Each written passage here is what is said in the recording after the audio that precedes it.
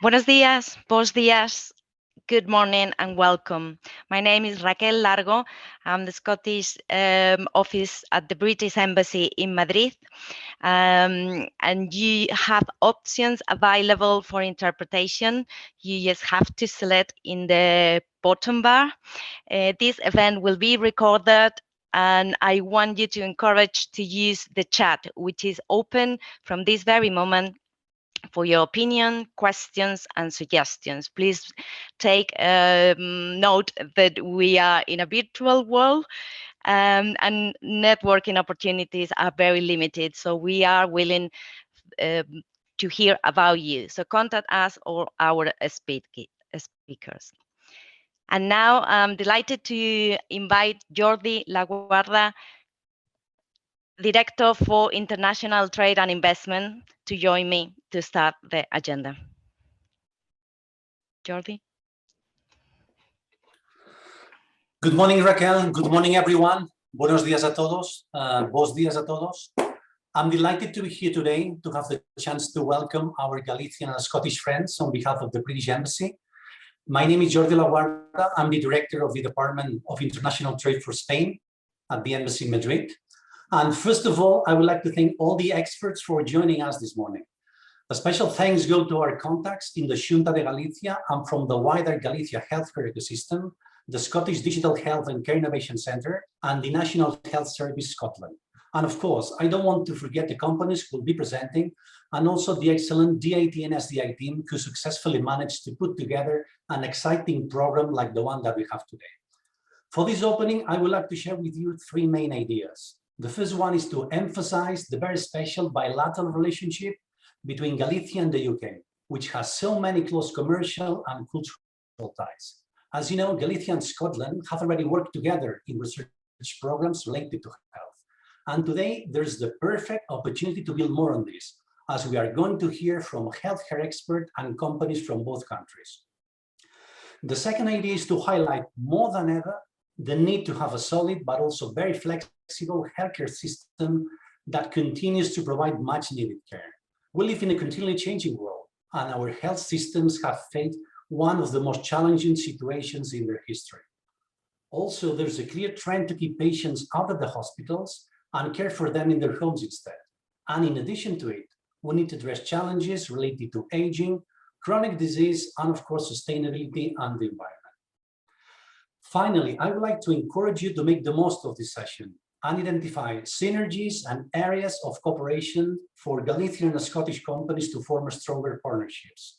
Today, we have a chance to share knowledge and best practice to learn about what has been going well and what could have gone together. But most importantly, how the innovation can help us overcome these challenges. So thank you very much for your participation. Thank you very much for being here. And please do not hesitate to ask us many questions as you need. And feel free to reach out to my team to make the introductions. So thank you. Over to you, Raquel. Thank you very much, Jordi. And now we're going to be watching a video from María, Estrella, López-Pardo, who is General Director for Planning and Health Reform at the Galician Regional Ministry of Health. I would like to welcome you to this conference where we will share best practices developed in both regions, aimed at improving the patient experience and optimizing healthcare services.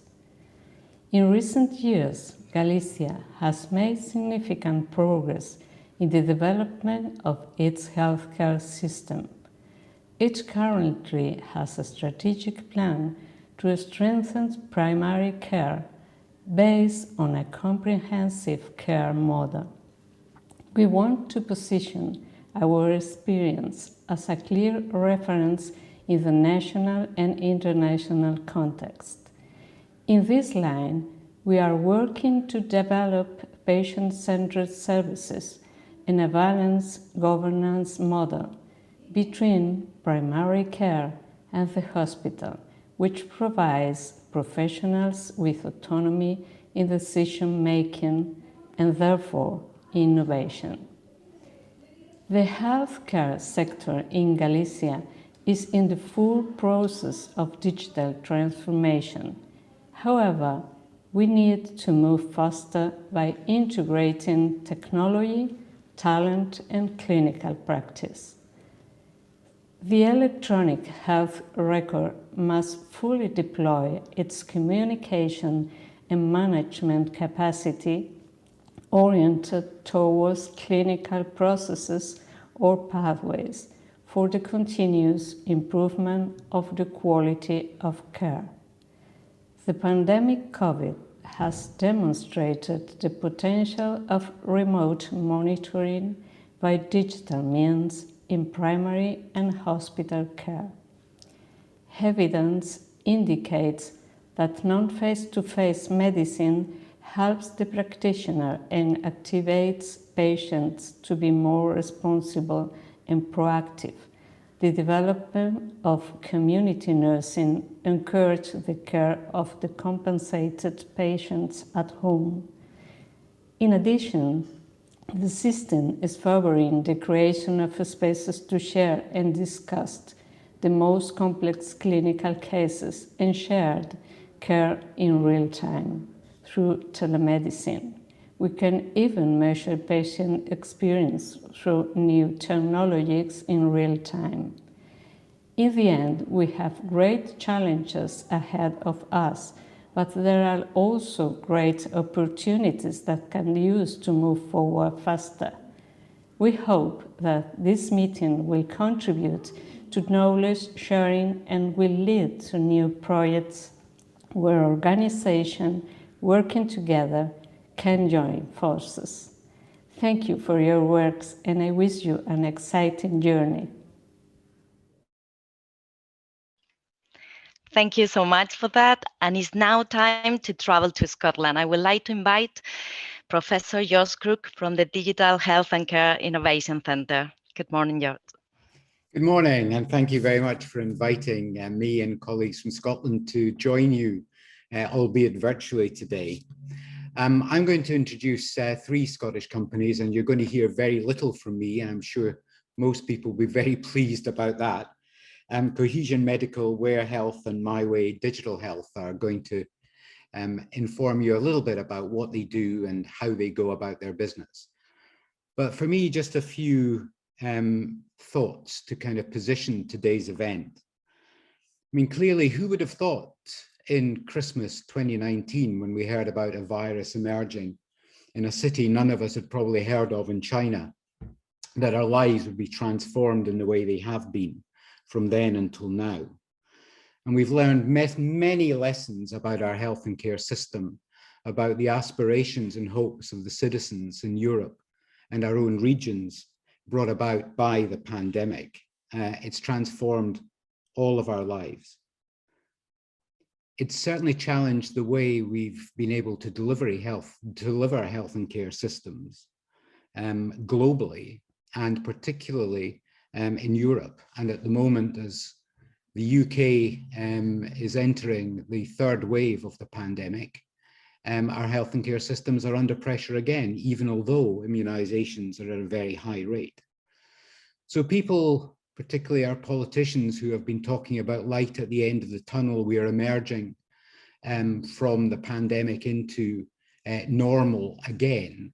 I think all of us who are involved in this business know that the normal is not going to be what it was before. It's going to be a new normal. And that is a world where demand and capacity challenges are going to be clear and present and real.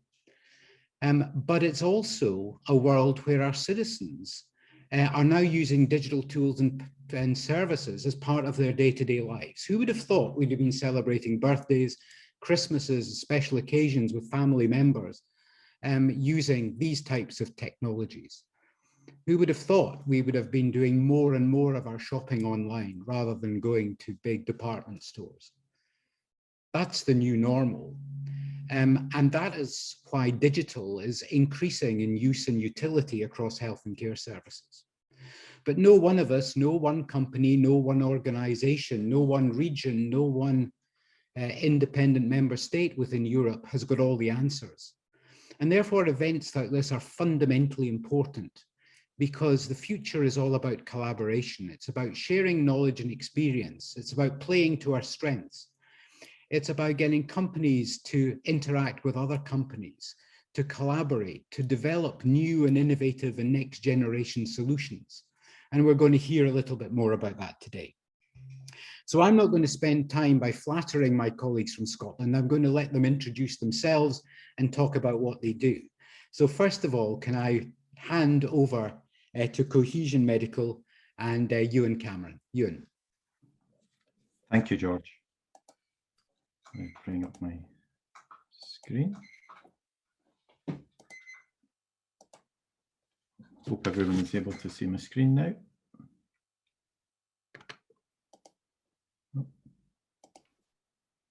All right. Not quite sure how to. Okay. Good morning, everyone. I'm delighted to be speaking to you today as part of the Scottish delegation. I am Ewan Cameron, the CEO and founder of COHESION Medical. COHESION is a digital health company based in Glasgow, Scotland, and we develop citizen-centred health systems that connect people with their health and care services. Over the last 10 years, COHESION has been developing scaled solutions for the National Health Service in Scotland at national level and in England at regional transformational level.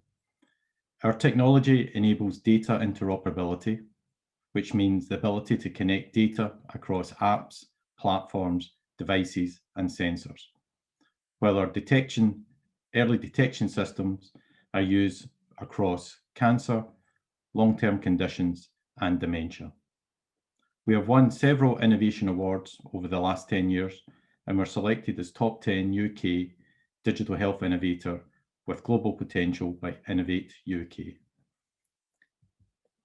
Our solutions for safer, smarter, and more sustainable care at home include integrating a wide range of smart devices, from trackers, sensors, and diagnostic devices such as oximeters, glucometers, spirometers, and others, and integrating that with our Citizen Care Wallet, a personalised health system enabling self-management of multiple conditions, which also connects to a real-time monitoring system which is disease agnostic and AI driven. And as this system is interoperable, we have been able to connect the Citizen Wallet and its data to multiple services and systems, including government, secondary care, and primary care services, as well as national charities who are supporting people at home.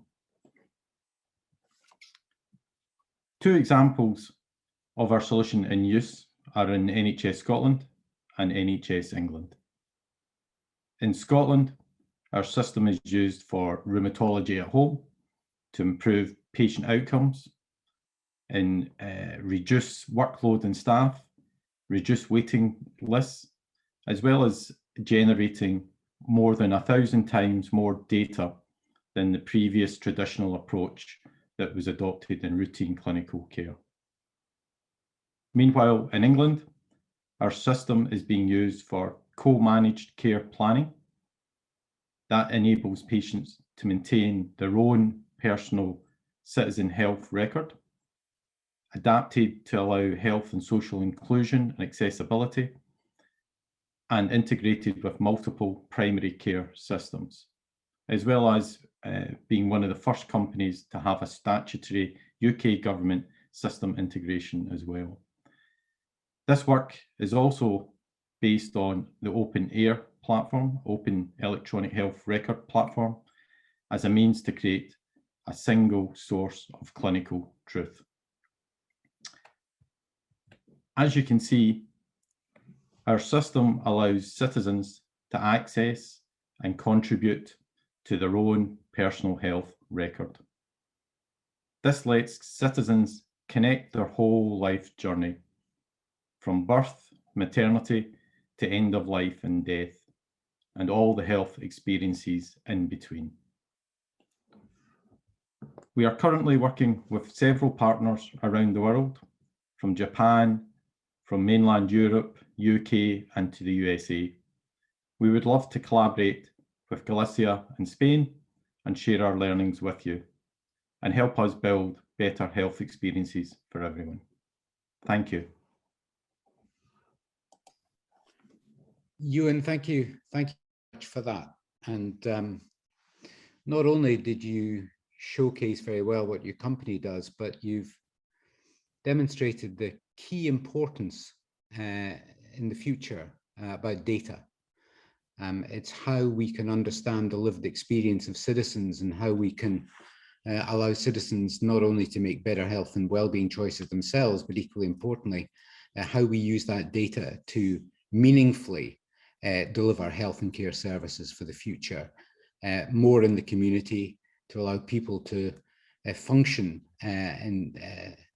as active participants in their own communities, while at the same time engaging with health and care services on their own terms.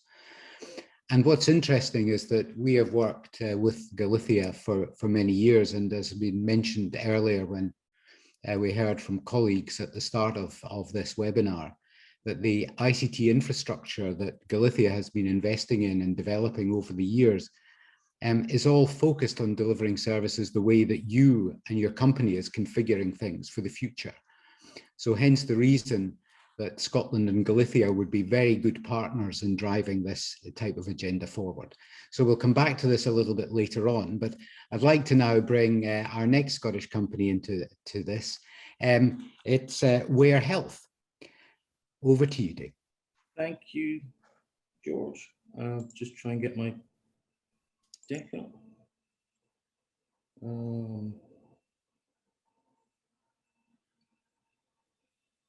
Not sure how I get this to present now, because the team has...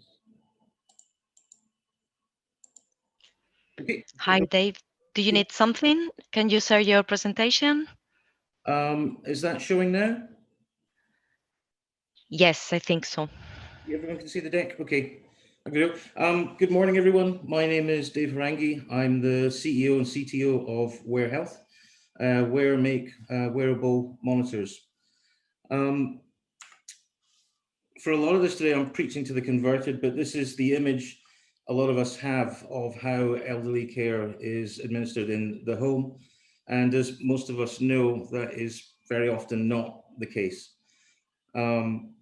We expect, elderly with possibly chronic conditions to manage to do this themselves, or we have to send someone out to take these vital signs readings. The problem is these devices were never ever designed for consumers. This was targeted at a trained clinician, not a 70-year-old with poor digital skills that can do this.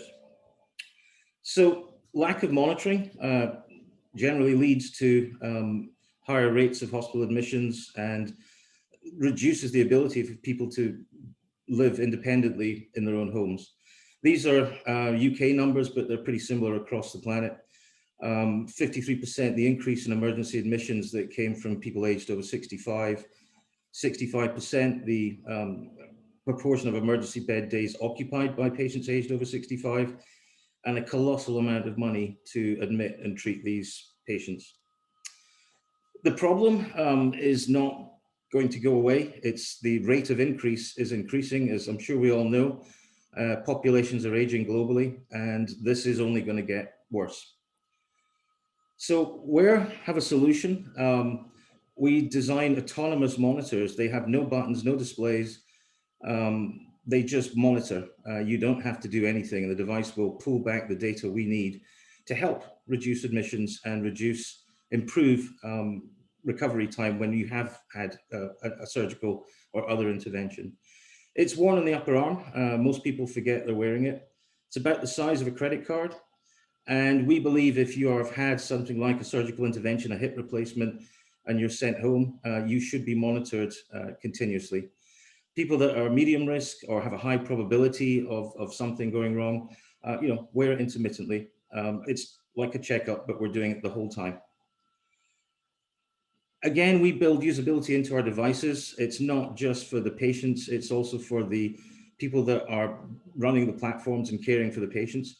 So all the communication stacks are built into the device. There's no other box of tricks. There's no routers, hubs, and the device will move through these different transmission platforms as needed. So you may have Wi-Fi downstairs, but when you go upstairs, there's just no signal. So the device will autonomously switch to cellular and come back down to Wi-Fi when it needs to. The bottom line is it's autonomous and it will always work no matter where it is.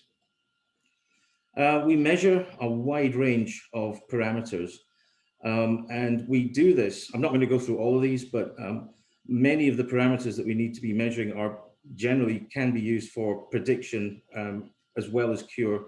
And knowing when something's going to go wrong before it goes wrong, treating it becomes much easier and you avoid the emergency admission. We also bring in environmental features into our solution. So we have room temperature, humidity, noise levels, ambient light levels. And again, no additional hubs or routers. This comes through the sensor back to the dashboard where it's being monitored. And this allows us to surface more information for our solution providers.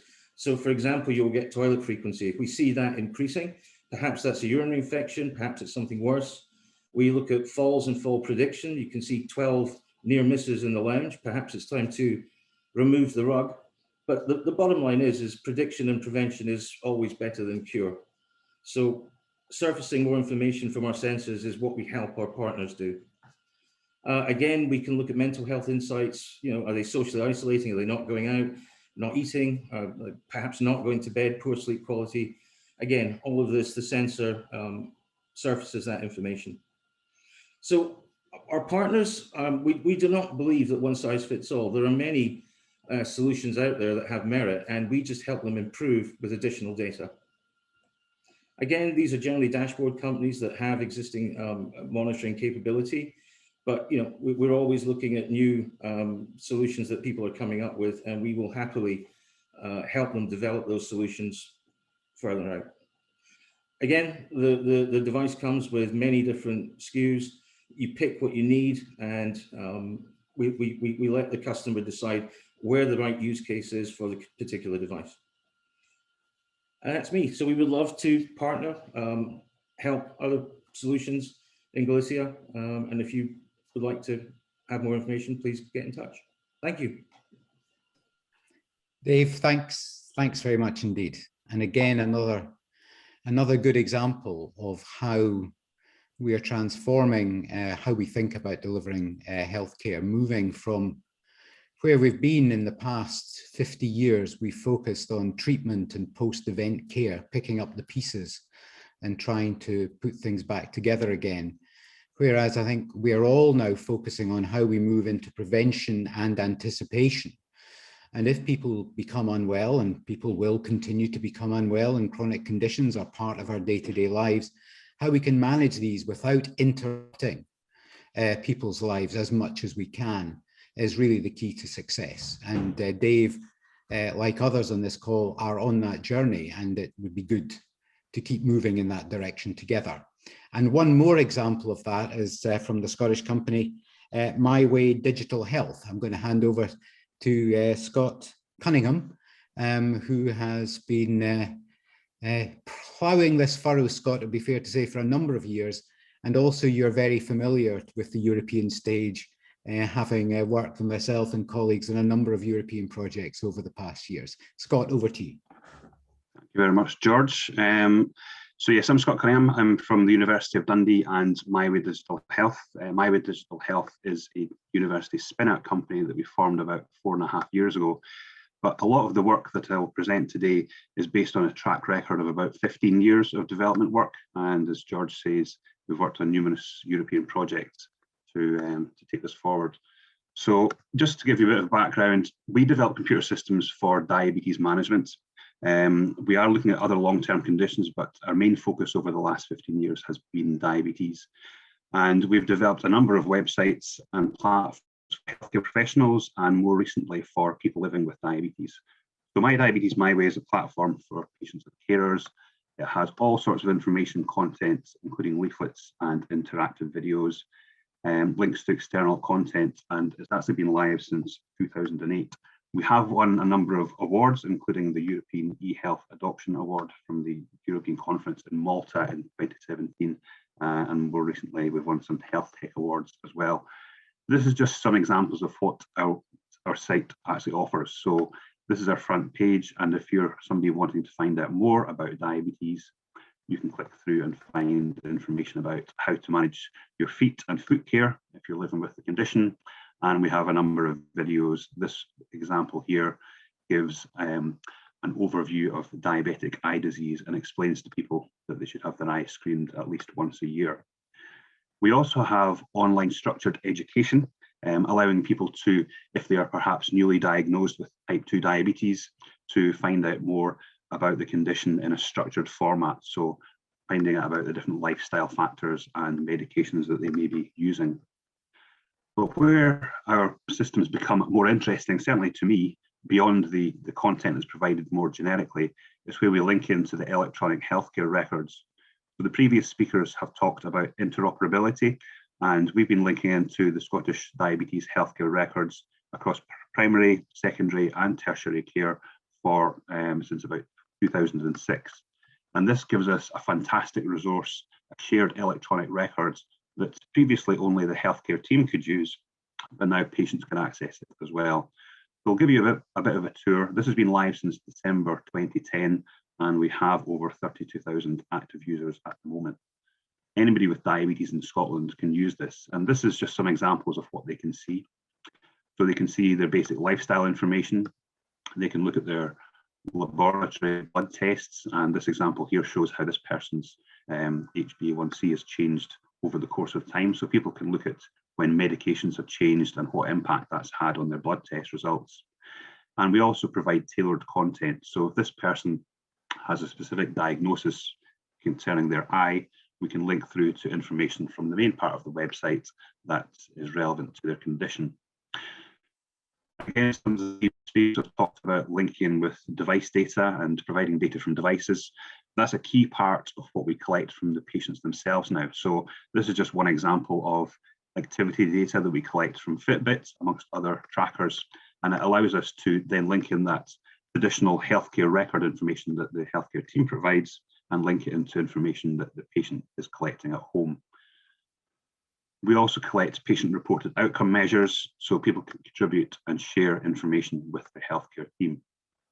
It's not just a website, we have a mobile app available to the patients as well. And because of our track record and evidence base, we now have, that's over 60,000 people registered to use the platform. And we've been able to demonstrate that people using our service demonstrate an improvement in their key diabetic parameters, such as weight, blood pressure, HbA1c. And because we've been evaluating, people tell us that having access to the data has led to improved diabetes management. It's made them more knowledgeable about their diabetes and improved their motivation to make positive changes. And we've also been able to demonstrate the health economic benefit as well. So we've been able to demonstrate that through a reduction in developing diabetes complications and through a reduction in medication costs, for every pound or every euro that's spent on our platform, there's around 5 in savings to the health service. We've implemented across the whole of Scotland, and we're now rolling out in England. We are also looking to implement in the Middle East and have the platform completely translated into Arabic, and have our first international staff member based out in Dubai. But we're also interested in doing work closer to home in Europe as well. One of our more recent developments is actually bringing this all together and providing a platform for clinicians to use as well. And again, the same sort of information is available to the healthcare team to allow them to more effectively manage their patients. So they can do routine screening for feet, for example, and they can look at analytics. Because we've got this rich resource of data, we're now doing some very complicated machine learning and artificial intelligence on this data to look at future risk prediction for things like mortality, vascular disease, hospital admission, and so on. And we have a number of projects funded by Innovate UK, amongst others, at the moment running to extend those models. And I will finish there and pass back to George.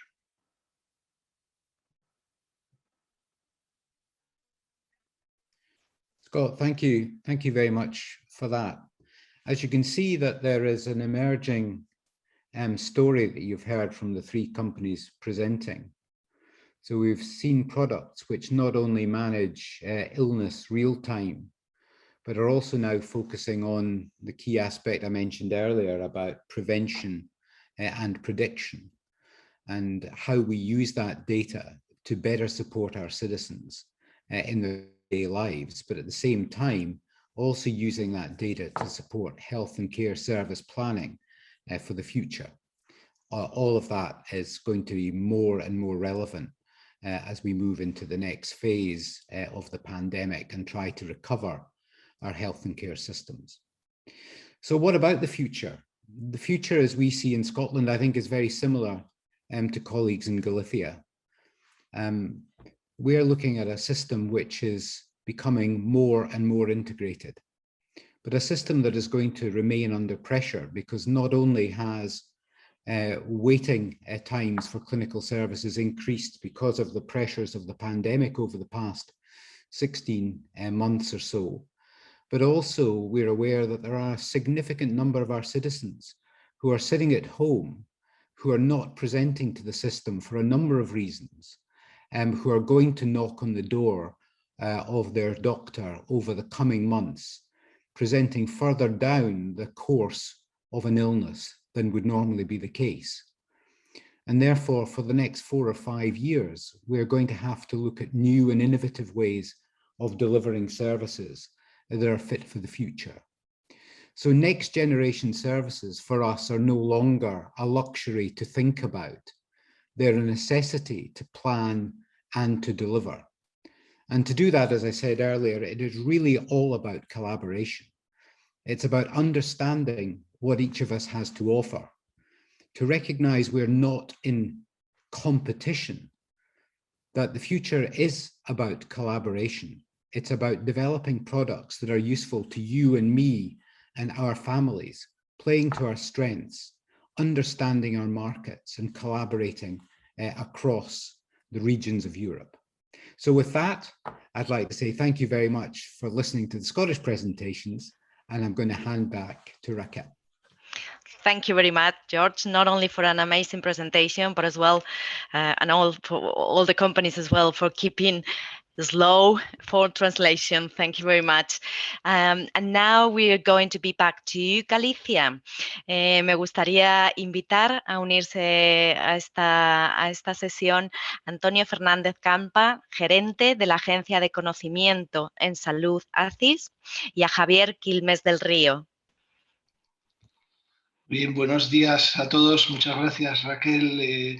Bueno, soy Antonio Fernández Campa, gerente, como decías, de la Agencia de Conocimiento en Salud, de ACIS, que es una agencia en la que nos ocupamos de la formación, de la docencia de los profesionales, también de la promoción y coordinación de la investigación y la innovación en la comunidad autónoma y de la evaluación de tecnologías. En primer lugar, agradecerles las excelentes presentaciones que hemos podido observar de los proyectos de innovación que se están desarrollando en Escocia.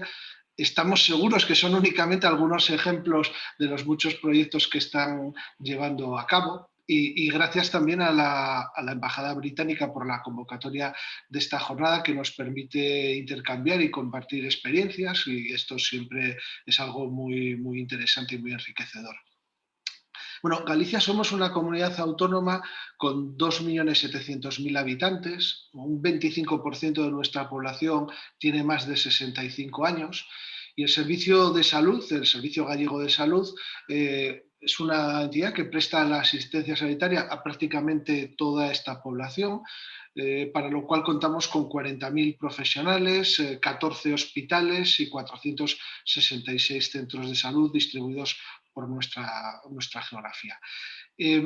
Nuestra organización, bueno, probablemente una de las características que podamos destacar de ella es que funciona de un modo bastante corporativo. No tenemos unos grandes hospitales, sino unos hospitales que tienen un tamaño parecido entre ellos, lo cual también es una ventaja porque, bueno, lo que nos ha permitido es que desarrollemos proyectos conjuntos de toda la organización y no individuales centro por centro. Y de ahí un elemento importantísimo para nosotros, que es nuestra historia electrónica única, que es una historia compartida por la atención primaria y la atención hospitalaria, de forma que todos los ciudadanos de Galicia tienen una única historia electrónica común para el ámbito hospitalario como el de atención primaria. Cualquier centro de salud o cualquier hospital accede a la misma información del paciente.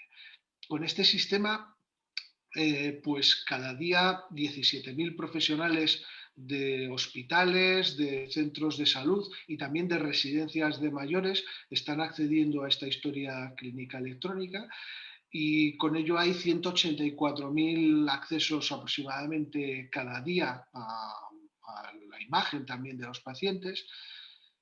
Hay cada día 220.000 dispensaciones electrónicas que se hacen para las oficinas de farmacia, que están conectadas también a nuestro sistema a través del módulo de receta electrónica.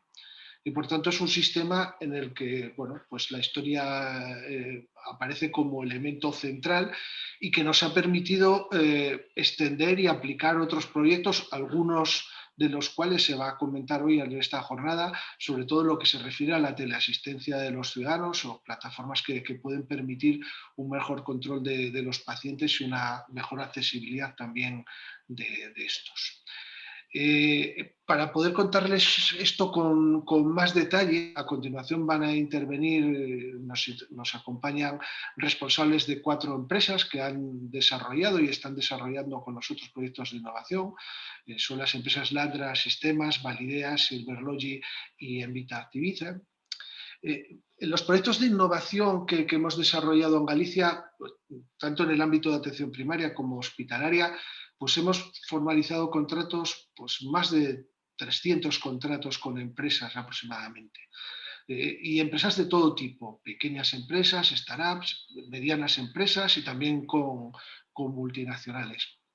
Yo quiero decirles que nos sentimos muy orgullosos de haber trabajado con todas ellas, de llevar a cabo proyectos que por un lado puedan contribuir a desarrollar nuevos productos que se puedan poner en el mercado, pero al mismo tiempo, lo que es más importante para nosotros, a mejorar la asistencia sanitaria que prestamos a nuestros ciudadanos. Les reitero por eso nuestro orgullo por las empresas que trabajan con nosotros en Galicia y también nuestro agradecimiento por su labor.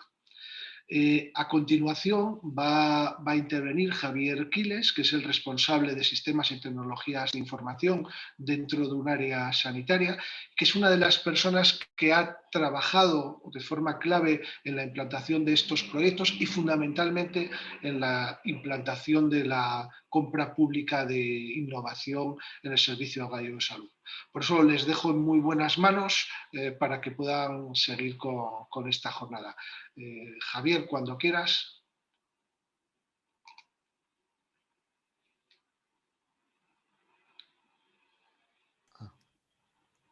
Hola, buenos días.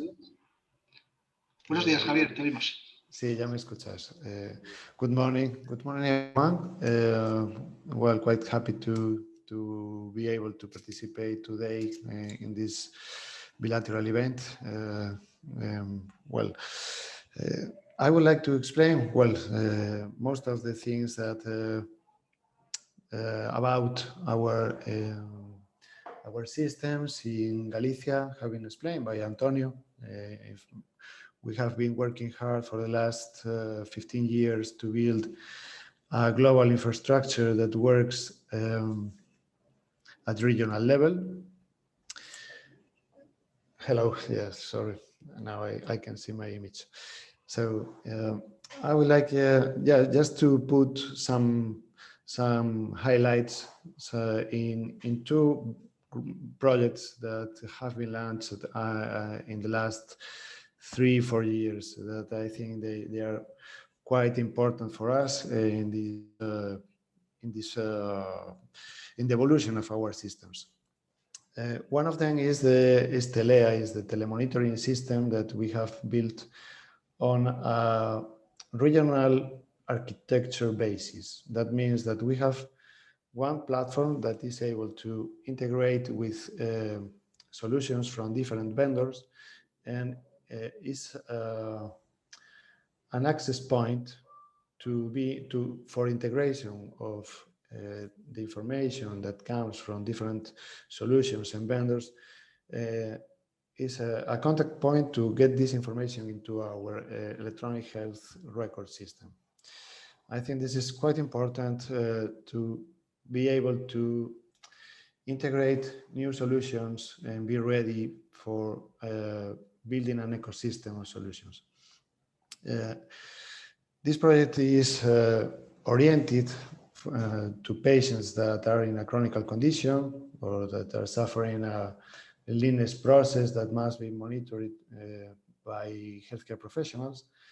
And a new project that is now is starting a new pilot is a personal health record system that is also a quite important part for integration of new solutions into our electronic health record system.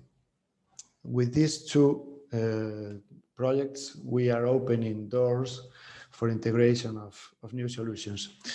So on this basis, we will see today solutions from different vendors that have been built to be integrated into our platform. I think it's we are running a bit short of time, and I think it's better that these companies come into the stage and show us their experience. Two of them have worked on projects that were built using public procurement of innovation. So they can also show how this process of innovation has been set up and how they could collaborate in the development of new solutions that are using these platforms for integration. And I think that was the most important things I wanted to say today. So Raquel, maybe you can take the floor and make the introduction for the companies that are working with us. Absolutely, and thank you very much, Javier, for joining us today. Can I ask the first company from Galicia to join us? Landra.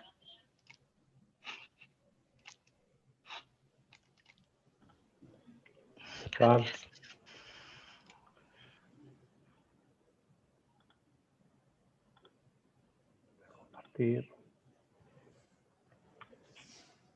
Bueno, en primer lugar, buenos días a todos.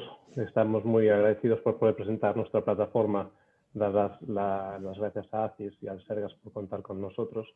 Vamos a presentar una plataforma para gestionar los pacientes diabéticos y hacer que su vida y su enfermedad sea más fácil de controlar.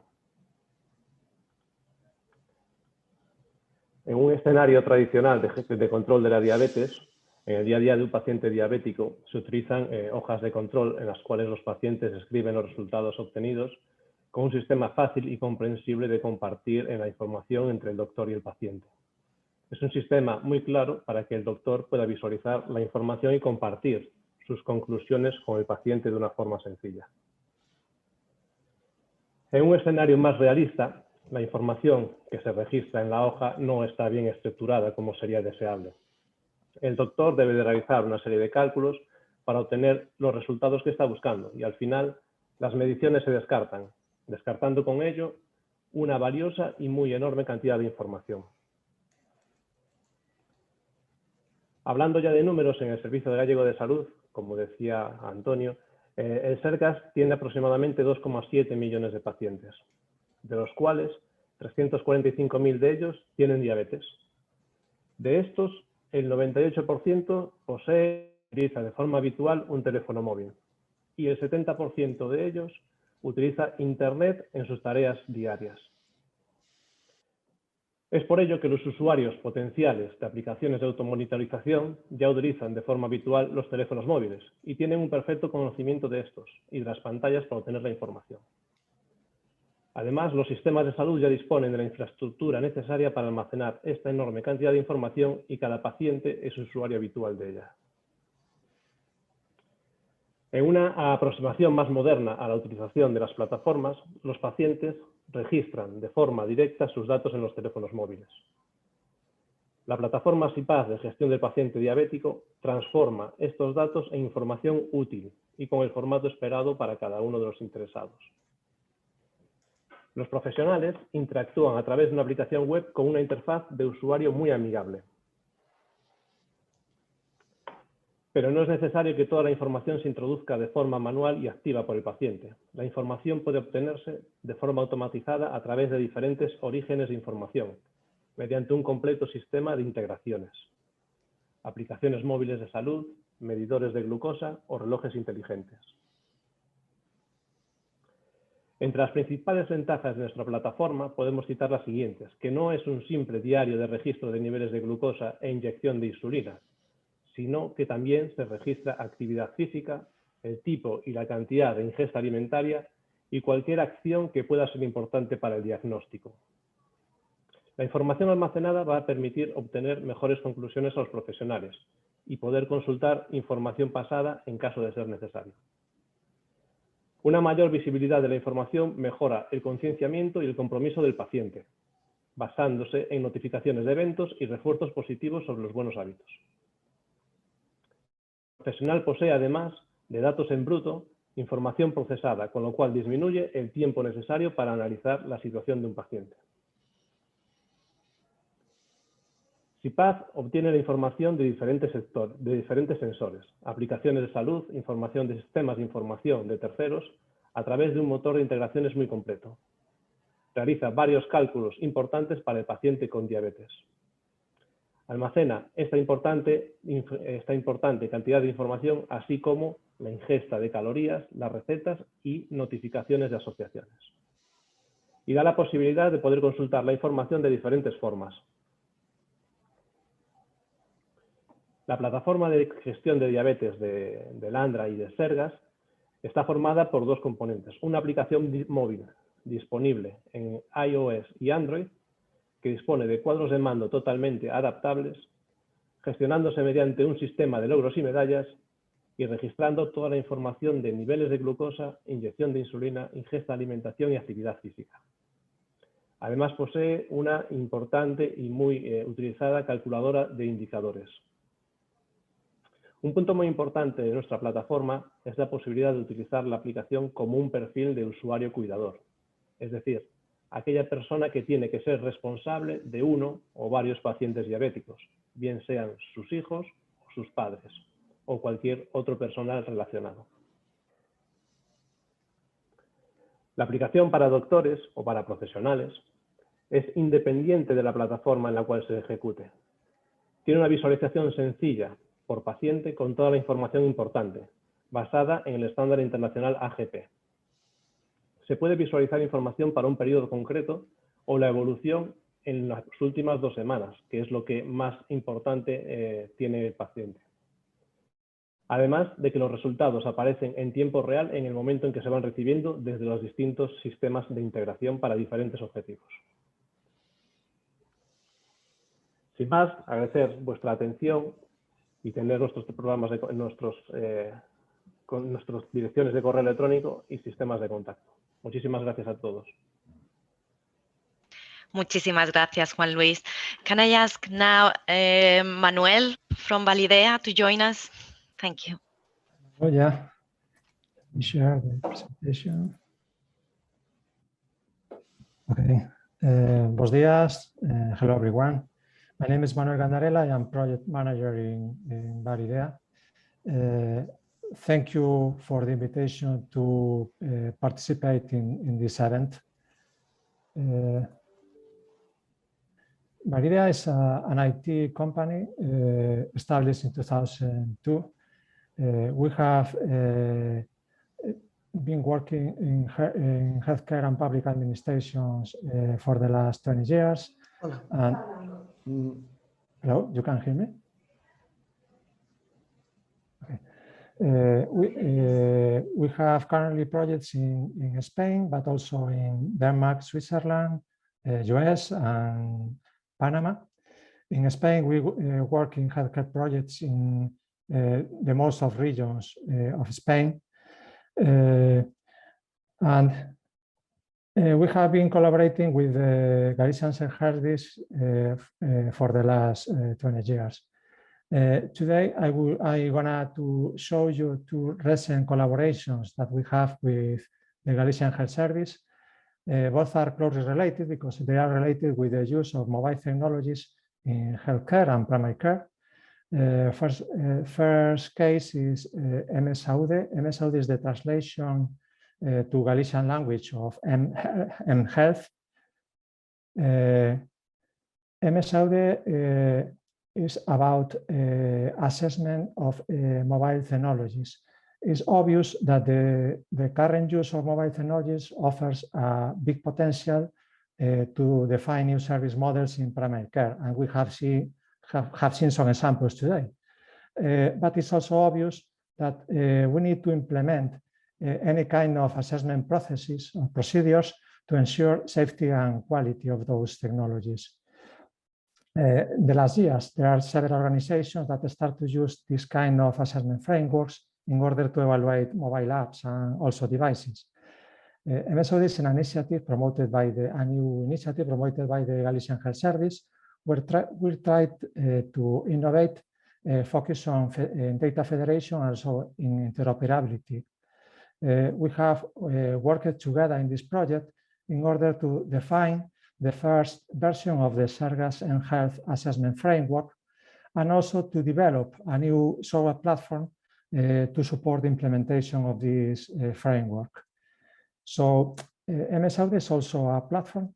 It's a platform developed as a product that could be used by any entity or healthcare organization to implement an assessment process and maintain a catalog of certified apps. MSAUD can share data with other internal healthcare management systems in order to be used in prescription or recommendation. We can also exchange data with external systems, with systems of other organizations that have similar processes. Really, MSAUD is an innovative platform that we use blockchain technology in order to improve transparency and also traceability of the assessment process of the apps. The use of blockchain in MSAUD allow us to propose a new model of decentralized registry or ledger of certified apps.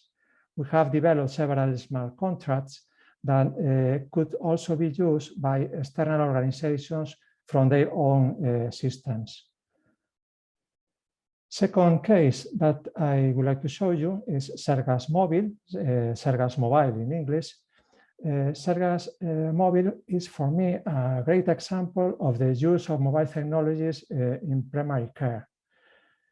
Sergas Mobile is available as an app in the app stores where the users of the Galician Health Service can download, and they will have access to a very useful functionalities. For instance, we have the virtual health card, we have our medical appointment management, and one of the probably the most interesting functionality is the video medical consultation recently implemented. We have also some new features related to COVID. But Sergas Mobile for us is much more than an app.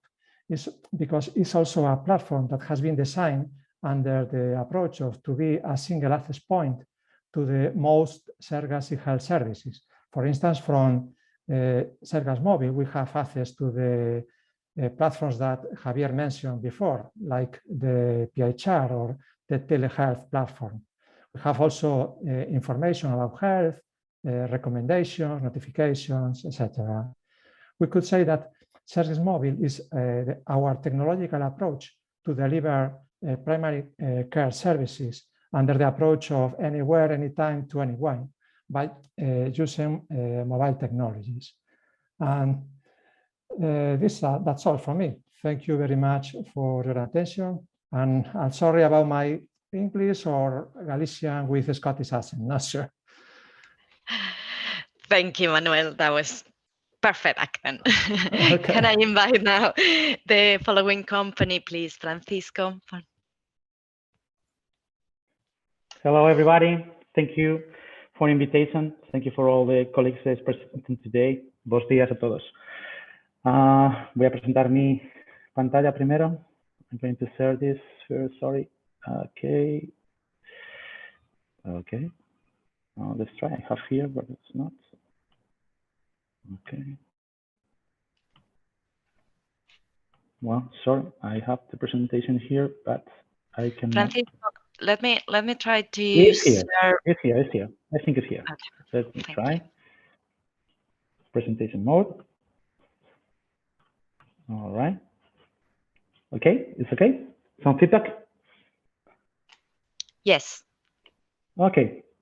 Okay, my name is Francisco Lamilla. I am part of the startup Silverlogy, and we have a short presentation for you today as part of this event. This is our vision. We try to propose is transform lives of senior citizens, increasing the healthcare standard with the help of technology. We know now that technology can help us to all the citizens, and especially in the silver economy sector, we can deliver some solution integrating some technology that we have. We are very aligned with the concept of the society 5.0 that comes from Japan to solve the problems with the help of technology, and we want to deliver and to be aligned with this vision for the next future. Silverlogy is a recent creation startup. We have experience and knowledge from different years and from all the crew, more than 20 years in research and consulting and training in the field of innovation that we want to implement in the healthcare sector, and experience in operational excellence that we can, in general speaking, we can deliver some solutions, creating value all over the stream.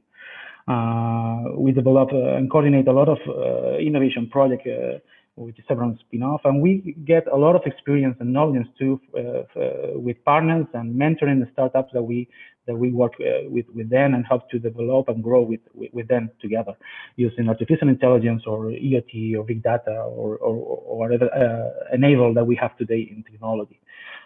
We are specialized in smart devices and working with suppliers to develop some needs in terms of sensors or wearables that we call today. So aligning this technology to the people, with real people and with real problems. This is more or less the presentation. This is slide what we are trying to do and trying to address. The scope of our solution comes from this connection and integration from platforms, apps, sensor, wearables, connected with databases, and creating a visual monitoring as far as we can. Okay, we didn't care really what is the source of the data in this case, and we can help and guide to our customers to develop good decisions, even on decision or business decision in this case. Our goal is to be connected with internationally. This is our goal too, and to deliver solutions to hospitals and nursing homes. Always working with the startups to develop good products and good service as a part to develop in this experience that we have in this case, growing with them, helping healthcare professionals and creating a good environment of innovation in living labs. As we said, we have different products and services with different advantages regarding different customers or the delivery of the solution. Living labs, families, user, hospitals, nursing homes, as I said before. According to our experience, we are very connected with the design thinking methodology. We believe that in this purpose of the society 5.0, and we put the people in the center of the solutions. And our experience in different innovation methodologies. This is an example and a scope of how we can work in terms of a scope about how we implement design thinking in different aspects of problems that we can set. One thing that's important for us as a recent creation startup is to have a plan. We call this plan 3 and 3. So we have 3 approaches and 3 ways, 3 windows for improving and to connect with this proposed, our mission, around this new society in the future. So in this sense, we have now some collaborations with this European Union project, EPIC, Technology and Deployment of Platform and APP, validating process for wearable and connectivity platform in real environment with some different innovation brands like Selma Care in textile and for shoes is Crack, that's delivering a good products for the shoes, and nursing homes and connecting with the general government in Galicia.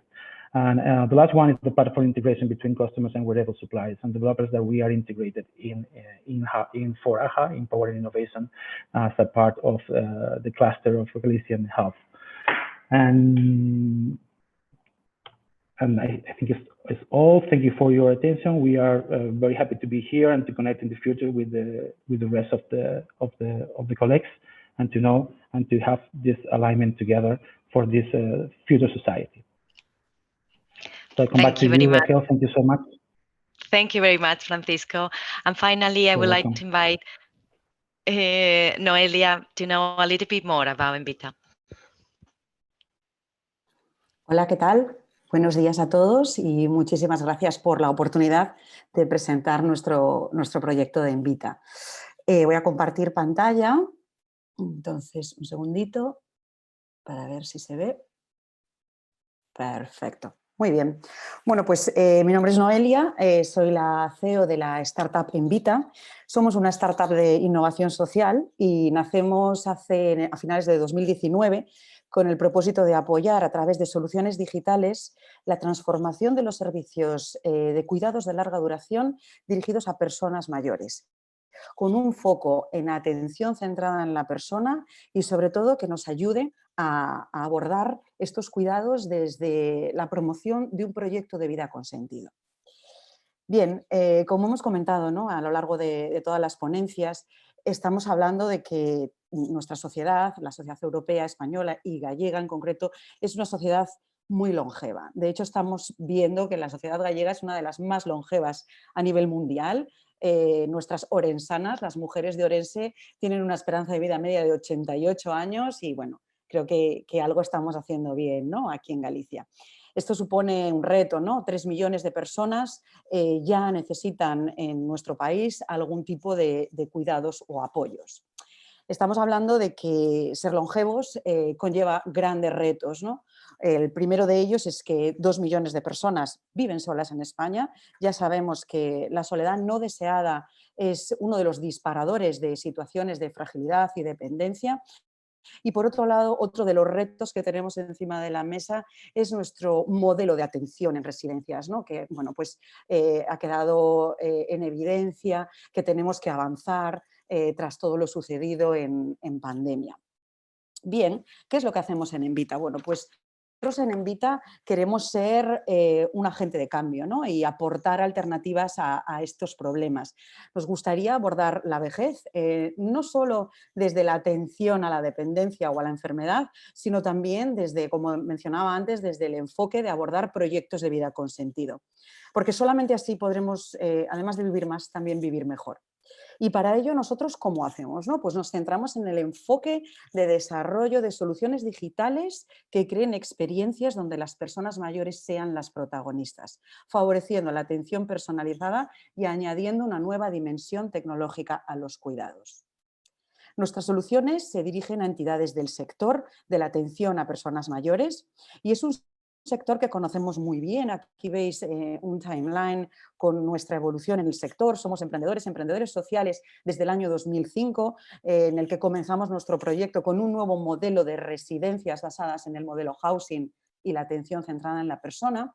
Continuamos desarrollando un proyecto de emprendimiento para la formación y capacitación en estas metodologías a los profesionales del sector, con el que ya hemos formado a más de 3.000 profesionales, y estas experiencias, el estar tan de mano y tan cerca de la atención y de los profesionales, las personas y sus familias, nos ayudó mucho a desarrollar las soluciones digitales que hoy tenemos en Envita.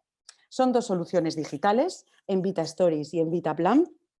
Envita Stories es una solución digital que nos permite apoyar todo el proceso de elaboración de historia de vida en cualquier contexto de cuidados.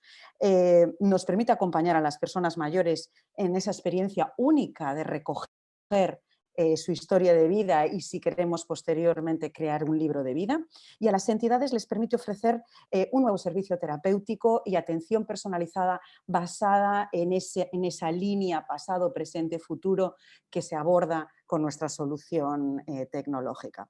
Además, se convierte en una experiencia de usuario increíble, en la que también incorporamos el apoyo de las familias, que nos ayuda a estimular la memoria, algo muy importante porque también en estos ámbitos de cuidado hay muchos casos de demencia, y además estrecha los vínculos afectivos entre profesional de referencia, equipo profesional, familia y persona usuaria, ese triángulo tan importante con el que tenemos que trabajar. Por otro lado, esta aplicación se combina con Envita Plan, que es una aplicación multidispositivo con versión desktop y también móvil, que nos va a permitir planificar no solo los cuidados, sino planificarlos dentro de un punto de vista integral, dentro de una visión integral de persona y desde el enfoque de proyecto de vida.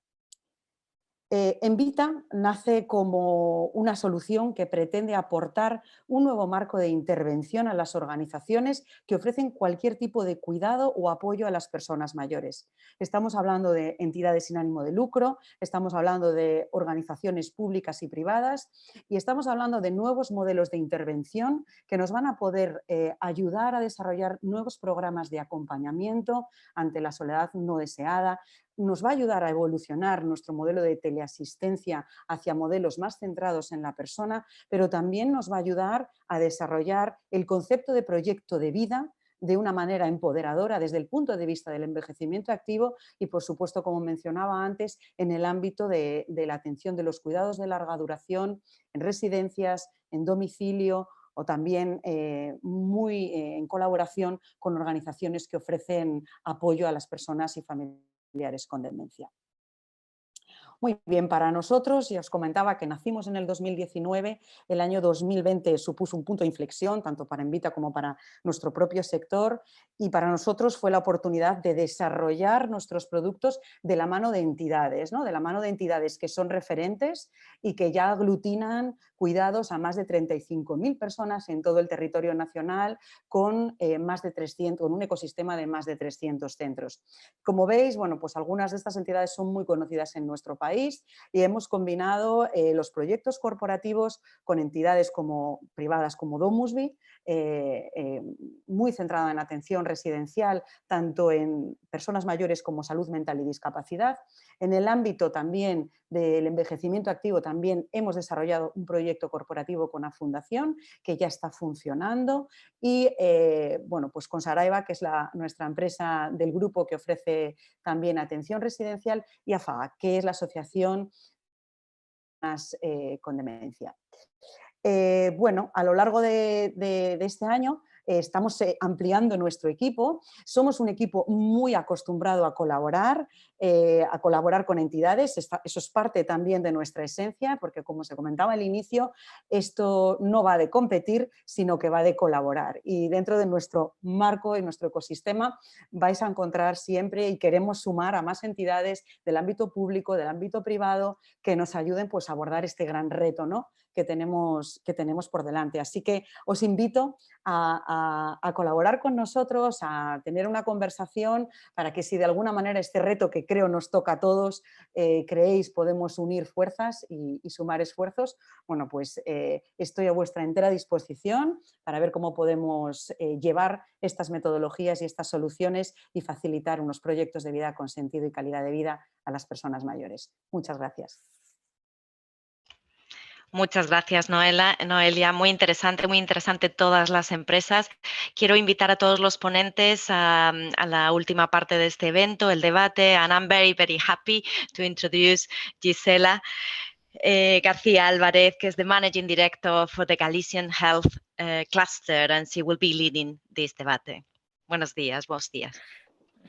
Good morning, everybody. It is a pleasure for me to be able to moderate this roundtable of today, as the Galician Health Cluster being a collaborative platform between public and private entities in order to promote the innovation for the well-being of people. We really feel very comfortable in these type of events where synergism are promoted. So thanks a lot for the Embassy of UK in Madrid to invite us. So today I will be joined by George Crooks, the Chief Executive of Digital Health and Care Innovation Center that you've seen in the first block of the morning.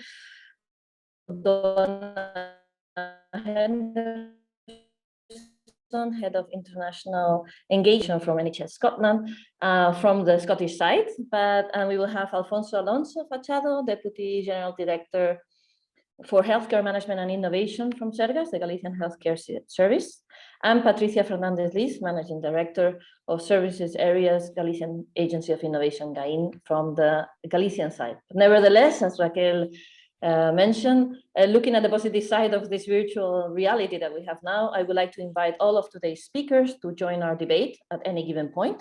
So feel welcome to turn on your cameras and join the conversation.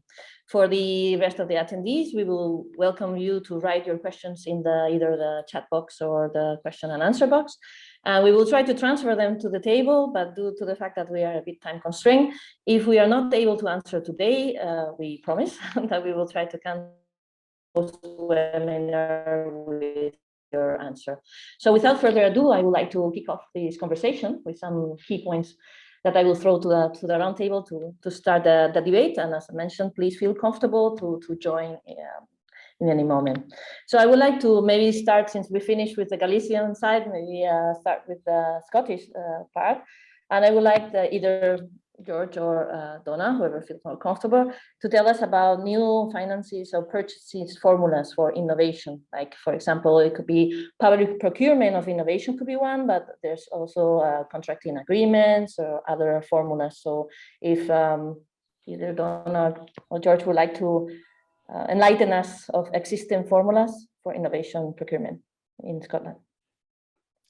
Yeah, I'm happy to start off here.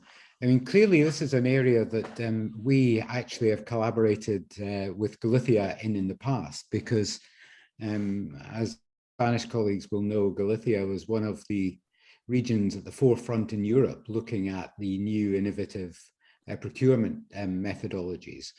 And for us, as far as innovation is concerned and developing next generation services, we've used a number of procurement vehicles to take things forward. The SBRI mechanism is one that we use to make calls to invite industry to present solutions to some of the key strategic challenges that we face in Scotland at the moment. And that has been successful. But we've recognized that SBRI has got a problem in that you go through the first stage innovation, and then, of course, when it comes to an end, the company then has to enter a commercial open procurement for the solution to be deployed across the whole of Scotland. And that can cause significant challenges and problems. So for us now, we're really focusing more on innovation partnership procurement, where you start a process where you are working with a company or a consortium of companies, not simply through the innovation process, but through into deployment, continuing innovation, and then into deployment on a regional or even in some cases a national scale across Scotland. And we believe that this is the way we need to work more and work smarter, particularly at the moment when we're trying to not only remobilize our health and care services we talked about earlier, but also to remobilize the economy. And the two go hand in hand. So we haven't got it right. We're on a journey, but we're trying to make sure we make this as fertile for companies as we can going forward. And I think just to complement what George was saying there, I mean, the Scottish Government are very much committed to this agenda about supporting our industry colleagues in that kind of collaboration process, you know, with public sector providers. And I've put into the chat just a link to an example of an initiative that was set up back in 2016. It's called the CivTech programme. It's now called the CivTech Alliance because it's kind of grown out with Scotland. But in terms of that approach, it was very much trying to make opportunities to bring together industry and public sector providers to kind of identify those challenges that public sector providers were facing, so that industry partners could actually develop products that would meet the needs of industry and sector providers. And that's a really important, I think, example of what George was describing as an approach, a collaboration approach. And as George says, we haven't got this right at all in Scotland, where I think our colleagues that spoke earlier would say it's a very difficult journey to get your product from conception to actual, you know, at scale sales, I suppose, particularly into the public sector. But we're definitely on that road, and we're trying to improve that journey and make it smoother and easier for them. Quizás, thanks a lot, Donna, George. Quizás por la parte de Galicia, Alonso pudiera añadir cómo funciona por parte de Galicia, los diferentes... Sí, muchas gracias. Bueno, antes de nada quería agradecer a la Embajada Británica y a ACIS que hayan creado este espacio de diálogo, ¿no? Que podemos, pues entre todos, compartir experiencias que no son tan ajenas, aunque sean países tan distintos, ¿no? Y tan separados, pero las necesidades y los problemas y las soluciones que tenemos que aportar a nuestros pacientes y a las personas a las que tenemos que cuidar son similares, no tengo duda de ello, ¿no?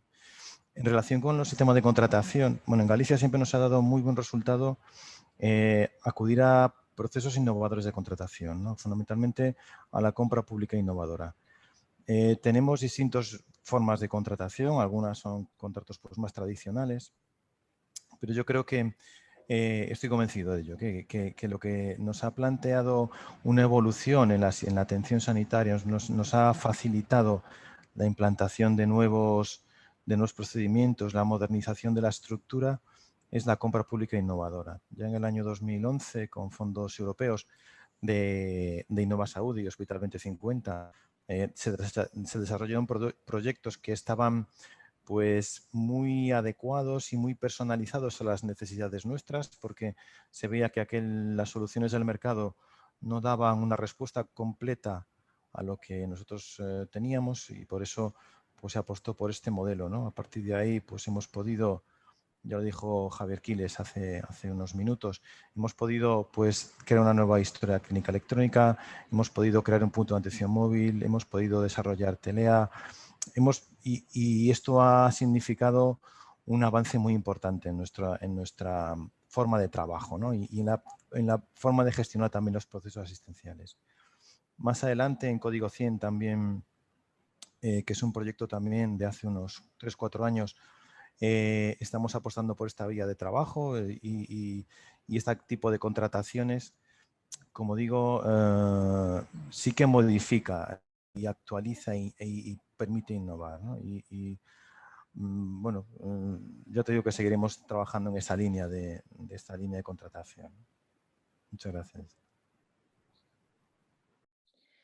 Gracias. Pues quisiera ahora dirigirme a Patricia, como parte de la Agencia de Innovación de Galicia, y un poco que nos expliques o que nos apuntes la innovación y investigación y desarrollo en Galicia, qué herramientas pues, ponéis en práctica, incentivos, qué accesos pueden tener las empresas dentro de diferentes programas, por favor. Hola, pues muchas gracias, Gisela, y gracias a todos por la organización y la participación en el evento, tanto a los ponentes como las asistentes. Pues desde la Agencia Gallega de Innovación tenemos como función pues, promover la investigación, el desarrollo y la innovación de manera transversal, es decir, a todos los sectores. Lo que se refiere a la atención medicina en general, pues es uno de nuestros retos dentro de la estrategia de especialización inteligente de Galicia, en concreto el reto 3, y por lo tanto participa de los instrumentos que definimos desde la Agencia Gallega de Innovación. En nuestra experiencia es muy importante que los instrumentos que definamos las agencias regionales que abarquen todas las etapas de la I+D+I, ¿no? Que tengamos instrumentos y en la medida de lo posible que sean diferenciados para las etapas de investigación y desarrollo y la posterior innovación. En lo que respecta a la jornada de hoy de atención a los pacientes en el hogar, claro, todos nos sentimos identificados con algo como muy cercano, ¿no? Algo que se tiene que demostrar, validar con pacientes, ya con ciudadanos y por tanto, como indicabais, ¿no? La compra pública innovadora es muy importante porque permite esa cercanía, pero nosotros como agencia también tenemos que tener instrumentos que faciliten etapas de innovación, que es pilotos demostrativos, ¿no?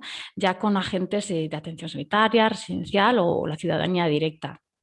En nuestra experiencia, además, es muy importante que también tengamos instrumentos que no solamente financien proyectos de I+D+I, sino también muy importante que permitamos que los agentes y las empresas puedan contratar a personal específico para la innovación. Nosotros tenemos varios instrumentos específicos de contratación, por ejemplo. Y también estamos viendo pues, que es importante que como nosotros financiamos también otros sectores y otras actividades, ¿no? Que intentemos tener instrumentos a veces especializados para apoyar de manera diferente a los distintos retos que tenemos en nuestra especialización, ¿no? Es el concepto que ahora mismo también se escucha mucho pues, a nivel de Comisión Europea y organismos nacionales, que es el concepto de retos o grandes misiones, para no olvidarnos de los pacientes, pero tampoco de que siga falta que hagamos investigación básica y aplicada, ¿no? Para que tengamos soluciones igualmente novedosas para dentro de 10 años o para la nueva normalidad, ¿no? Que nos va a tocar a todos. Y por último, pues destacar también que es muy importante que las agencias públicas que seamos ágiles a la hora de dar soluciones sanitarias, pues en este caso pues con la pandemia, ¿no? Nosotros fuimos capaces de sacar en muy corto plazo instrumentos específicos para apoyar soluciones de productos y equipamiento específico para resolver temas relacionados con el COVID, ¿no? En concreto, pues pusimos, por ejemplo, 14 millones de euros en instrumentos específicos, ¿no? Muy bien, pues quisiera alinear todas estas herramientas de financiación, tanto por la parte pública hacia empresas, pero también por la parte pública hacia la sociedad, como apuntabas un poco, Patricia, en respuesta a las necesidades, con el hecho de la existencia, en el caso de Galicia, y luego a continuación que nuestros compañeros, nuestros colegas de Escocia puedan indicarnos si hay una estructura similar, lo que es el testeo en los Living Labs, ¿no? Pues Sergas cuenta con una red de Living Labs, focalizándonos también específicamente en el Living Lab de Orense, pero no es único, tienen pues, posibilidad de testeo por toda la red de salud. Y bueno, me gustaría, no sé, como son muy tímidos, están sin cámara, pero bueno, voy a lanzarlo a Antonio Fernández Campa, si está conectado José María. Si pudieran un poco contar todo bueno, no solo la red de Living Lab, la posibilidad de testeo que tiene, sino que también surgió, ¿no? De precisamente herramientas de financiación europea para poder implementar estas estructuras. Que lo dejo ahí a quien me quiera contestar, José María. Gracias, Gisela. Bueno, simplemente comentaros, es un proyecto, como comentaba Gisela, del primer Living Lab de salud público que tenemos en el Servicio Gallego de Salud. Lo estamos haciendo en colaboración con el área sanitaria de Orense. Bueno, hay que tener en cuenta, sobre todo para nuestros colegas escoceses, que el área sanitaria de Orense, la provincia de Orense en Galicia, es una de las regiones más envejecidas de toda Europa.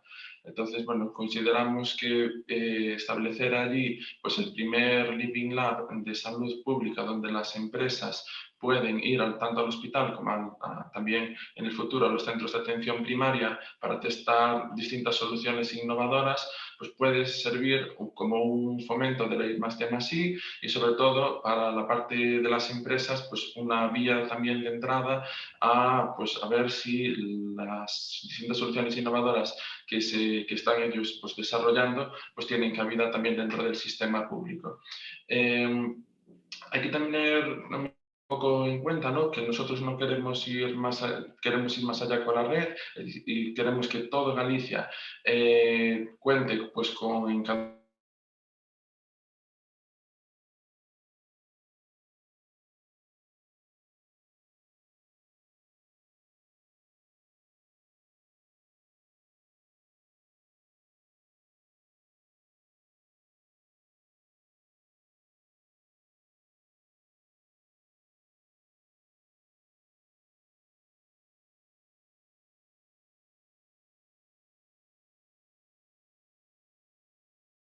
nosotros el Living Lab de Salud de Orense es relevante porque comenzó en base a uno de nuestros primeros proyectos de compra pública innovadora, que fue Hospital 2050 Innova Saúde.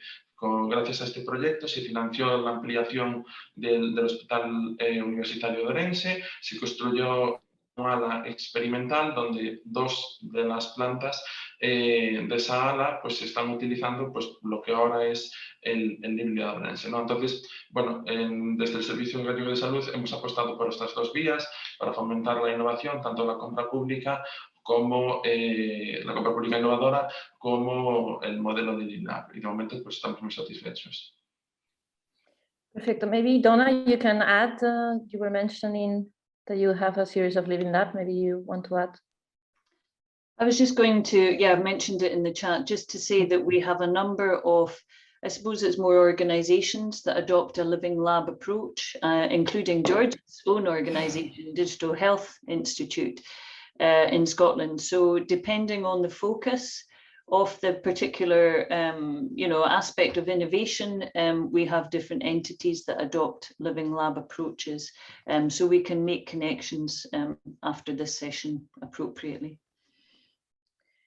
Okay, I wanted to introduce a question from the public. I'm going to try to fit it in. From Ana Carvajal, as a primary care practitioner, how do we participate? Is our opinion taken into account? And we have seen no innovation at user level regarding electronic medical record for the last 10 years. I don't know in which market, I assume in either the Spanish, but how do the care practitioners collaborate into these different, whether I assume is that I'm not sure if it's the Living Lab in particular, but how can they participate in the different structures that we are mentioning? I guess the Living Lab, but also the different programs of procurement. Does anybody want to grab the question and try to answer? For example, maybe focusing on the Living Lab, how they could participate. Sí, bueno, por comentar un poco, ¿no?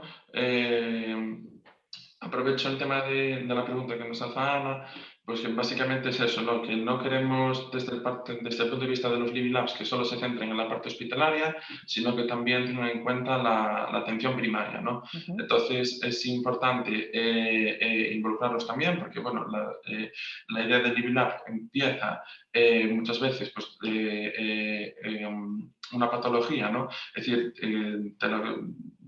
una vez que pasas del hospital, pues tienes una continuidad dentro de la atención primaria a través de tu médico de cabecera, entonces lo que queremos es que, bueno, que el proceso sea continuo, ¿no? Y que distintas soluciones que se desarrollen no solo sean para el hospital, sino que también pues, sean en la atención primaria e incluso llegar pues, al domicilio del propio paciente y por lo tanto pues, que las distintas soluciones innovadoras que se desarrollen pues, que cubran los 3 aspectos, ¿no? Es decir, la parte más hospitalaria, la parte más de atención primaria e incluso pues, con sistemas, por ejemplo, de telemonitorización y telemedicina a domicilio pues, que cubran esa parte. Perfect. I don't know if Donna, you want to add from this, George, sorry, from the Scottish side, if you consider in all these process of innovation, also primary care, the fact of primary care, or even other aspects.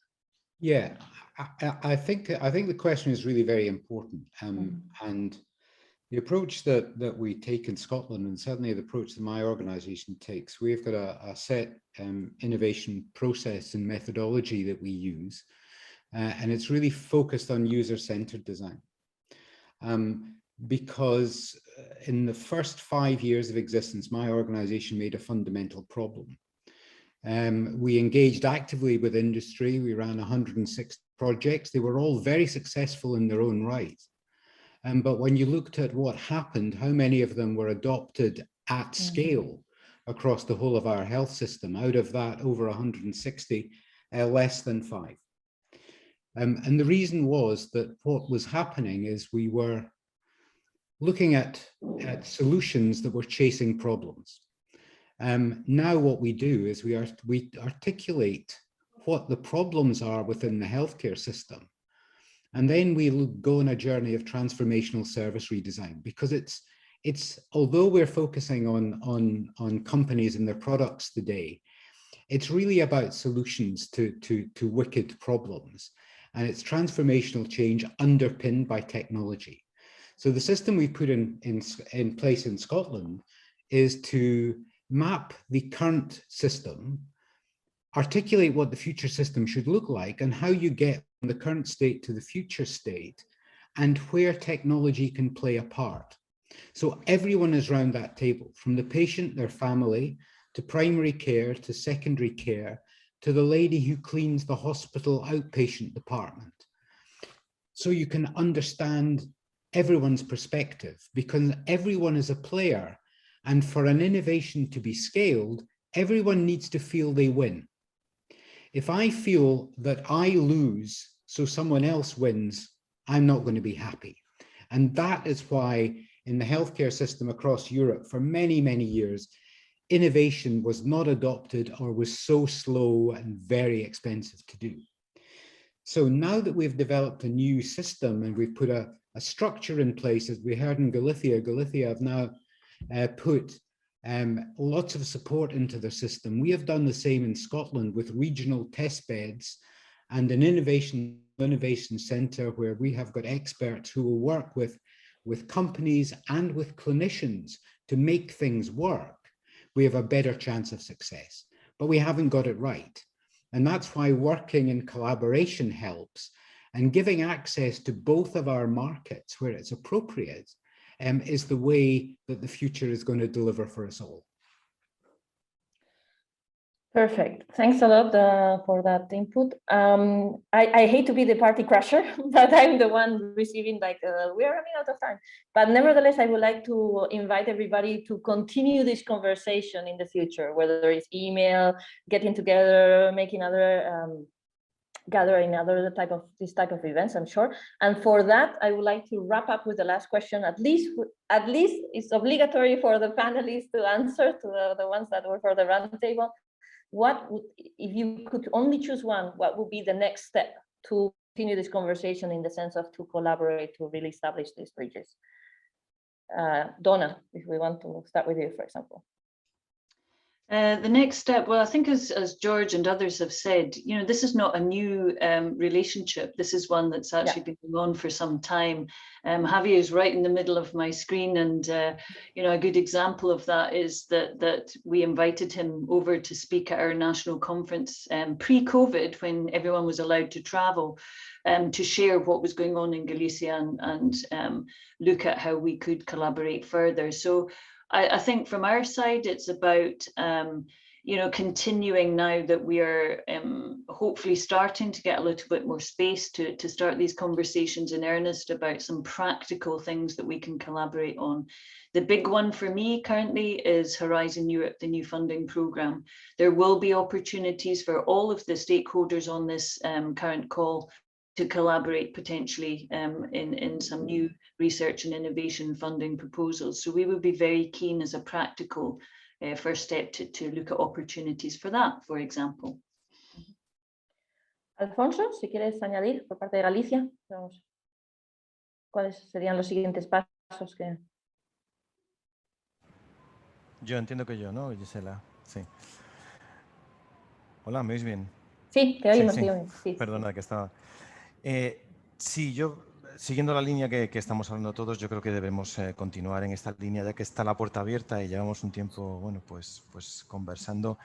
Yo creo que avanzar en la resolución de problemas utilizando la tecnología, ¿no? Decía George Crooks, yo coincido al 100% con él, que la tecnología es una herramienta para modificar la atención y modificar los procesos asistenciales, ¿no? Y en esa vía nosotros estamos trabajando y yo creo que es la única la única solución para dar una respuesta adecuada tanto a los profesionales como a los pacientes. A nivel más práctico te podría hablar pues, de la telemonitorización, del Big Data, de la descripción de sistemas predictivos de alguna patología que podamos pues, automatizar, ¿no? Algún diagnóstico. Pero yo creo que lo fundamental es sentarnos en una mesa y plantear problemas y ámbitos de mejora que tenemos tanto en Escocia como en Galicia y avanzar por ellos, ¿no? Utilizando siempre la tecnología como una herramienta, no como un fin. Y gracias a todos. Gracias a ti por participar. George, if you want to do the wrap-up point that you would like to encourage us for the next step. I think from my point of view, I found this really interesting, and hopefully this is the start of a dialogue rather than the end of it. We've got the same problems, we face the same challenges, but equally, we also recognize there are opportunities that we should grasp and grasp those together. So I think all of us who've been part of this panel have got a responsibility to carry that conversation on, and I look forward to doing that over the coming months. Thank you. Thanks. Patricia, ¿cuál es la clave? Patricia, ¿te puedes conectar? Pues, no nos oye a lo mejor. Sí, Sí. Perdona. Yo creo que la cooperación, ¿no? Nosotros lo hemos visto en todos los ámbitos de la innovación, es uno de nuestros factores relevantes en Galicia, y cuando hablo de cooperación hablo de todos los agentes, ¿no? En el ámbito sanitario lo habéis remarcado también ahora, pero luego tenemos que colaborar pues, los organismos de investigación, las empresas, especialmente las pymes, y luego pues, los usuarios, ¿no? En muchos casos serán los organismos de sanidad público, pero también involucrar pues, a los agentes que prestan atención privada, por supuesto, ¿no? Muchas gracias. Pues, I wanted everybody to speak from the companies. We have some questions from the public directed to some companies, but we will have to answer them post-webinar, but we promise we will do it, so we will do it. And without further ado, I pass the baton to Raquel back again to make the closure of this event. Thanks so much. Muchísimas gracias, Gisela. Muy interesante el debate y como han comentado todos nuestros panelistas, esto es el inicio para continuar las conversaciones. Vamos a cerrar el evento con un vídeo de Jorge Aboal-Viñas, director general de Asistencia Sanitaria del Sistema de Salud Gallego. Gracias. Buenos días. En nombre de la Consellería de Sanidad y en el mío propio, quiero agradecer, en primer lugar, a la Agencia del Conocimiento en Salud, ACIS, y a la Embajada Británica esta iniciativa de promoción de la innovación en el ámbito de la atención primaria. Aprovecho esta ocasión para mandar un saludo muy cordial al embajador británico, el señor Elliot. Quiero expresar también mi agradecimiento a los ponentes, que pusieron sus conocimientos a disposición de todos, así como a los participantes, por sus inquietudes para continuar aprendiendo y compartiendo el saber y las experiencias. El modelo organizativo de atención primaria en Galicia es un modelo de éxito, que experimentó mejoras espectaculares, tanto en la capacidad diagnóstica como resolutiva, que sin duda contribuyen a la longevidad y calidad de vida que hoy tenemos. Este modelo supuso el punto inicial para la construcción de una sanidad pública diseñada desde Galicia para dar respuesta a las necesidades de la ciudadanía. La evolución y adaptación a la nueva realidad social es una de las constantes desde la creación del Servicio Gallego de Salud. Nuestra organización debe tener la suficiente flexibilidad para adaptarse a las nuevas necesidades de la población que cada vez está más envejecida y en la que los procesos crónicos son más prevalentes. Una organización que debe ser conocedora de las necesidades de la comunidad a la que atiende y con capacidad de responder de la forma más adecuada a la mejora de la salud poblacional.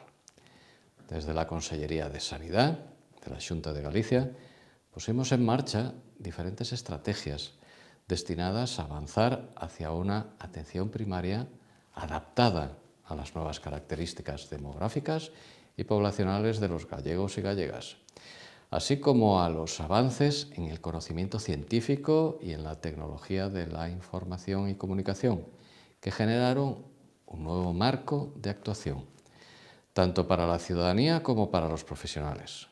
Una transformación que lleva a la atención primaria a pasar de ser la puerta de entrada del sistema sanitario a constituir el eje vertebrador de todo el sistema, con capacidad resolutiva propia.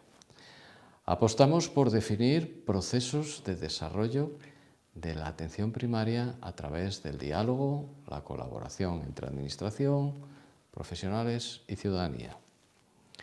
Los equipos de atención primaria del Servicio Gallego de Salud tienen un papel primordial en cuanto a la coordinación y regulación del recorrido del paciente dentro del sistema, así como a su abordaje integral e integrado, centrando la atención en la persona, garantizando la continuidad asistencial y proporcionando una atención proactiva con una visión sociosanitaria y un enfoque comunitario. Con el objetivo de mejorar la calidad de la atención que se presta en atención primaria, la Consellería de Sanidad hace una apuesta firme por la transformación digital en este ámbito asistencial, dotándola de la innovación tecnológica necesaria. Esta línea de actuación, entre otros, permite mejorar la prestación de la atención domiciliaria, evitando a los pacientes desplazamientos innecesarios, aumentando la capacidad resolutiva de la atención primaria y fomentando el trabajo en equipo de los profesionales. A continuación, mencionaré algunos de los recursos tecnológicos implantados en la atención primaria. Disponemos de una magnífica historia clínica electrónica, IANUS, compartida entre atención primaria y hospitalaria, que permite a los profesionales que cuenten con toda la información clínica del paciente de forma ordenada y en el momento preciso. Para mejorar la coordinación y comunicación entre profesionales de atención primaria y atención hospitalaria, también entre las diferentes categorías de la atención primaria, se implantó en el Servicio Gallego de Salud la e-interconsulta. Se trata de una herramienta que permite la comunicación entre profesionales utilizando como soporte la historia clínica electrónica para consultar aspectos relacionados con la atención que necesiten los pacientes. Contamos, además, con un sistema de teleseguimiento de pacientes a través de una plataforma tecnológica que denominamos Telea, que está implantada en el 100% de los servicios de atención primaria y en varios servicios de atención hospitalaria. Telea está integrada con los servicios de información corporativos, permite realizar un seguimiento continuo de las situaciones clínicas de los pacientes y adelantarse a posibles episodios de agravamiento de la enfermedad. El paciente incluye una serie de biomedidas en la aplicación informática o da respuesta a cuestionarios y escalas de salud, y esta información se integra directamente a la historia clínica electrónica para ser valorada por los profesionales, que pueden comunicarse en tiempo real, si fuera necesario, con el paciente. Teniendo en cuenta que uno de los principios del Servicio Gallego de Salud es fomentar la promoción de la salud y de esta forma incrementar la corresponsabilidad del paciente en su autocuidado, se puso a disposición de la ciudadanía la plataforma eSaude, que permite el acceso a servicios y contenidos de salud personalizados. Asimismo, se está renovando continuamente la infraestructura informática del Servicio Gallego de Salud. Esto facilita la puesta en marcha de prestaciones novedosas como las videoconsultas. En la actualidad se están realizando también mejoras asistenciales en relación con la imagen digital o la receta electrónica. Las nuevas tecnologías del Sistema Público de Salud de Galicia permiten contactar con los centros de salud de forma rápida e intuitiva, lo que posibilita obtener cita para la consulta con los profesionales de atención primaria a través de la web corporativa de un modo ágil. Por lo tanto, cualquier persona puede obtener una cita sin tener que desplazarse presencialmente al centro de atención primaria. Hemos puesto a disposición de los ciudadanos un punto de acceso centralizado a los recursos del Servicio Gallego de Salud a través de la aplicación móvil Sergas Móvil, que tiene como objetivo acercar a toda la ciudadanía el catálogo de apps y de e-servicios corporativos de forma transversal, inclusiva y eficaz. Y finalizo ya agradeciendo de nuevo a todos la organización, a los participantes por esta jornada. Muchas gracias.